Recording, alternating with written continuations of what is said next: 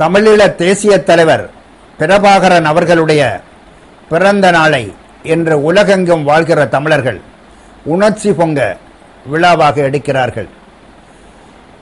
இந்த விழாவில் தமிழ்நாட்டு மக்களும் இரண்டர கலக்கிறார்கள்.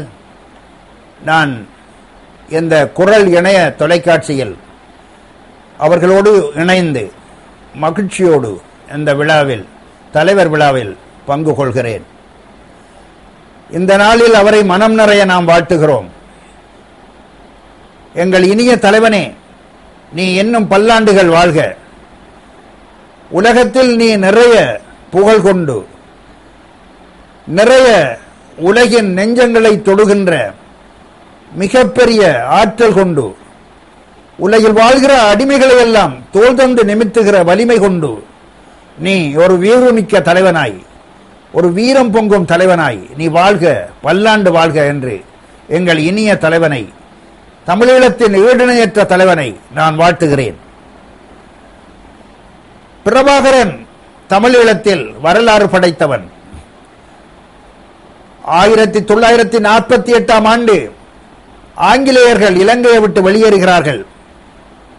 அடுத்த ஆண்டே தந்தை செல்வாவின் தலைமையில் ஈழத்தில் எங்களுடைய விடுதலை போராட்டம் தொடங்குகிறது. 1976 ஆண்டு வரை 27 ஆண்டுகள் எங்களுடைய தமிழீழ விடுதலை போராட்ட வரலாற்றில் தந்தை செல்வாவின் தலைமையில் அறப்போராட்டம் நடைபெறுகிறது. அந்த காலத்தில் 27 ஆண்டுகள் எங்களுடைய கோரிக்கை கூட்டாட்சியாக இருந்தது. எங்களுடைய போராட்ட வழிமுறை அறப்போராட்டமாக இருந்தது. 27 ஆண்டுகள். அந்த காலத்தில் தான் 1976 ஆண்டு தலைவர் பிரபாகரன் தமிழீழ விடுதலை புலிகள் இயக்கத்தை பதிவு செய்து தொடக்குகிறார். ஆயுத போராட்டம் தொடங்குகிறது. வட்டுக்கோட்டை மாநாட்டில் 1976 ஆண்டு அறப்போராட்டத்தை நடத்திய தந்தை செல்வாவே கூட்டாட்சி என்ற கொள்கையை மாற்றி இனி தமிழீழம்தான் கொள்கை என்று அறிவிக்கிறார். ஆகவே ஆயுத போராட்டம் அதே ஆண்டு 1976 ஆண்டு தலைவர் பிரபாகரனால் தொடங்கப்படுகிற பொழுது ஆயுத போராட்டம் அதே குறிக்கோளோடு, தமிழீழ விடுதலை என்ற குறிக்கோளோடு தொடக்கப்படுகிறது.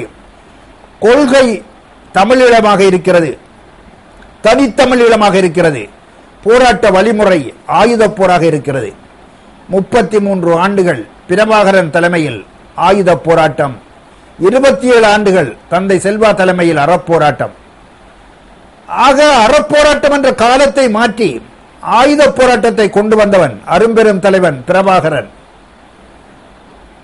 அந்த ஈடிணையற்ற தலைவனை இன்று உலகம் எப்படி பார்த்தது, எப்படி பார்க்கிறது? எனக்கு துன்பமாக இருக்கிறது. நான் சொல்கிறேன், பிரபாகரன் ஒரு மகாத்மா. காந்தியோடு நெருங்கி பழகியவர்கள் பிரபாகரனை எப்படி மகாத்மா என்று அழைக்கலாம் என்று குமுறலாம், கொந்தளிக்கலாம். நான் சொல்கிறேன், பிரபாகரன் மகாத்மா. காந்தியடிகள் ஒருமுறை சொன்னார், உன்னை கொல்ல வரும் மாடு அது கொல்ல வருகிறது என்றால் அந்த மாட்டை எதிர்த்து போராடி அதை கொல் என்று சொன்னார் மகாத்மா காந்தியடிகள். காந்தியடிகளை மாடுகள் மோத வரவில்லை. காந்தியடிகள் எந்த சந்தர்ப்பத்திலும் எந்த மாடுகளையும் சந்திக்கவில்லை. அதனால் அவர் அறப்போராட்டத்தை தொடர்ந்தார். ஆனால் பிரபாகரனை மாடுகள் மோத வந்தன, முட்டி சாய்க்க வந்தன, தமிழீழத்தை ஏறி மிதிக்க மாடுகள் குமுறி பாய்ந்தன. அந்த நேரத்தில் தான் ஆயுதத்தை பிரபாகரன் ஏந்தினான். நாம் மறந்துவிடக்கூடாது, பிரபாகரன் மகாத்மா. அவன் நெஞ்சம் எனக்கு தெரியும். செச்சன்னியாவில் விடுதலை போராளிகள் குழந்தைகள் படிக்கின்ற பள்ளிக்கூடத்தில் வெடிகுண்டை வைத்தார்கள். குழந்தைகள் உடல் சிதறி செத்தார்கள். எனக்கு தெரியும், காஷ்மீரில் இன்றும் பேருந்துகளில் தொடர் வண்டிகளில் வெடிகுண்டுகள் வெடிக்கின்றன.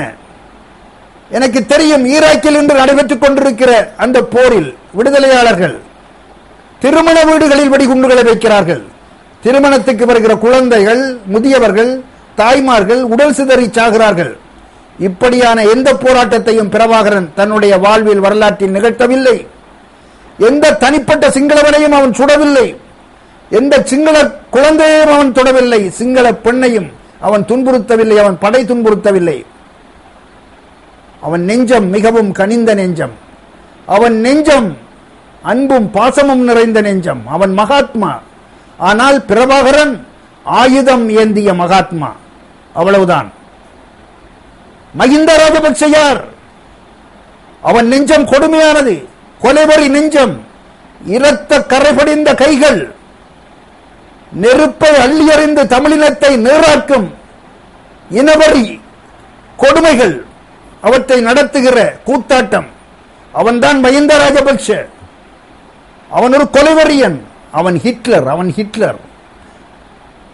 ஆனால் பௌத்தம் பேசினான். பௌத்தம் பேசினான். ராஜபக்ஷ பௌத்தம் பேசுகிற ஹிட்லர். பிரபாகரன் ஆயுதம் ஏந்திய மகாத்மா. இதுதான் உண்மை. ஆனால் உலகம் பிரபாகரனை ஹிட்லராக பார்த்தது, மஹிந்த ராஜபக்ஷவை மகாத்மாவாக பார்த்தது. உலகம் பிரபாகரனை ஹிட்லர் என்று பார்த்ததே, ராஜபக்ஷையை மகாத்மா என்று பார்த்ததே. எனக்கு இருக்கிற வருத்தமெல்லாம் உலகம் பிரபாகரனை ஹிட்லர் என்று பார்த்ததே என்பது அல்ல. அந்த மகாத்மாவை நன்கு தெரிந்த இந்தியா பிரபாகரனை ஹிட்லர் என்று பார்த்ததே. அதுதான் எனக்கு வருத்தமாக இருக்கிறது. பிரபாகரன் ஆயுதம் ஏந்திய மகாத்மா, மஹிந்த ராஜபக்ஷ பௌத்தம் பேசிய ஹிட்லர். பிரபாகரன் அவனுடைய வரலாற்றில் போராடினான். தமிழீழ மக்களுடைய நிமிர்வுக்காக போராடினான், விடுதலைக்காக போராடினான். வெறி கொண்டு அவன் அந்த போரை நடத்தவில்லை. அவன் அந்த மண்ணில் விடுதலை என்ற தேவை இருந்தது. பிரபாகரன் என்ற தலைவனை காலம் உருவாக்கியது. அவன் போராடினான். அந்த விடுதலை களம், அவன் நடத்திய வீறுமிக்க போர், அவனுடைய ஈடுணையற்ற ஆற்றல்கள், அறிஞ்செயல்கள் உலகமே வியக்கின்றது. தமிழர்களுடைய வரலாற்றையே எடுத்துக் கொள்ளுங்கள். தமிழர்களுடைய வரலாற்றில் நாம் கடந்த காலங்களில் ஈடுணையற்ற வீரர்களின் வரலாறு பார்த்திருக்கிறோம். ஆனால் கழுத்தில் நஞ்சை கட்டிய வீரனை தமிழர் வரலாற்றில் முதல் முறை படைத்தவன், உருவாக்கியவன் பிரபாகரன் என்பதை நாம் மறந்துவிடக் கூடாது. தமிழர்களுடைய வரலாற்றில் கடந்த காலத்தில் தரைப்படை, கடற்படை கண்டிருக்கிறோம். கரிகாலன் படை, ராஜராஜன் படை, ராஜேந்திரன் படை, பாண்டியர் படை, சேரர் படை, அத்தனையும் தரைப்படை, கடற்படை கொண்டிருந்த அந்த படைகள், அந்த அரசுகள்.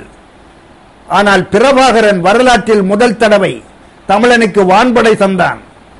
முதல் தடவை தமிழினம் வான்படை கண்டது பிரபாகரன் காலத்தில். பிரபாகரனால் நாம் மறந்துவிடக் கூடாது. தமிழர்களுடைய புறநானூறு படிக்கிறோம். புறநானூற்று காலத்தில் தமிழ் பெண்ணை பார்க்கிறோம். தன்னுடைய பிள்ளையை அழைத்து தலையில் எண்ணெய் தடவி கையில் வேல் தந்து களத்துக்கு போ என்று அனுப்பினாள் தமிழ் தாய், வீரத்தாய். ஆனால் எந்த போர்க்களத்திலும் சங்க காலத்தில் தமிழ் பெண் களத்தில் நின்றதில்லை, இதுவரை நின்றதில்லை. களத்தில் நிற்கிற பெண்ணை, பெரியார் கனவு கண்ட பெண்ணை, பாரதி கனவு கண்ட பெண்ணை பிரபாகரன் உருவாக்கினான். கையில் ஆயுதம் ஏந்திய பெண்கள், தோளில் ஏவுகணைகளை தாங்கிய பெண்கள், இடுப்பில் குண்டுகளை கட்டிக்கொண்டு ஆழ்கடலில் சென்று எதிரிகளின் கப்பல்களை உடைத்து சிதறடித்து தாங்களும் சிதறப்பட்டு தூள் தூளாக சிதறி போனவர்கள் பெண்கள் நாங்கள் தமிழீழ விடுதலை வரலாற்றில் பார்க்கிறோம்.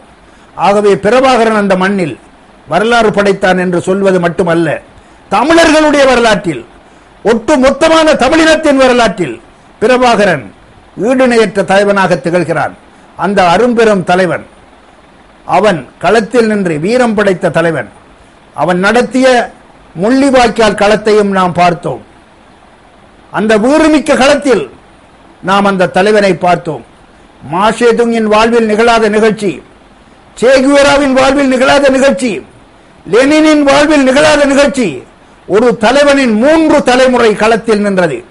அவனுடைய தாயும் தந்தையும் களத்தில் நின்றார்கள் என்று தலைப்பட்டு சிறையில் இருக்கிறார்கள். அவனுடைய பிள்ளை களத்தில் உயிர் நீத்ததாக சொல்கிறார்கள். அவன் நின்றான். 3 தலைமுறைகள் ஒரே களத்தில் நின்ற காட்சி வரலாற்றில் எங்கும் நிகழ்ந்திருக்க முடியாது. அவன்தான் பிரபாகரன். அவன் விடுதலையின் உயிர் வடிவம். அந்த வீரன் தமிழீழத்தின் விடுதலை அறுவடையாகின்ற வரை எங்களுடைய தமிழீழத்தில் உலா வருவான். அவனுடைய வருகை நெருப்பை நாளை தமிழீழத்தில் விதைக்கும், உலகத்தை திரும்பி பார்க்க செய்யும், உண்மையின் பக்கம் உலகில் வாழ்கின்ற நெஞ்சங்களை எல்லாம் கொண்டு வரும். நாங்கள் நம்பிக்கையோடு இருக்கிறோம். அந்த அருந்தலைவன், எங்கள் பெருந்தலைவன், அந்த உயிர் தலைவன், மானத்தலைவன், மரத்தலைவன், எங்களுடைய வேங்கை படையின் அருந்தலைவன், பெருந்தலைவன், அவன் பல்லாண்டுகள் வாழ்க, பல்லாண்டுகள் வாழ்க என்று இந்த நேரத்தில் வாழ்த்துகிறேன். வணக்கம்.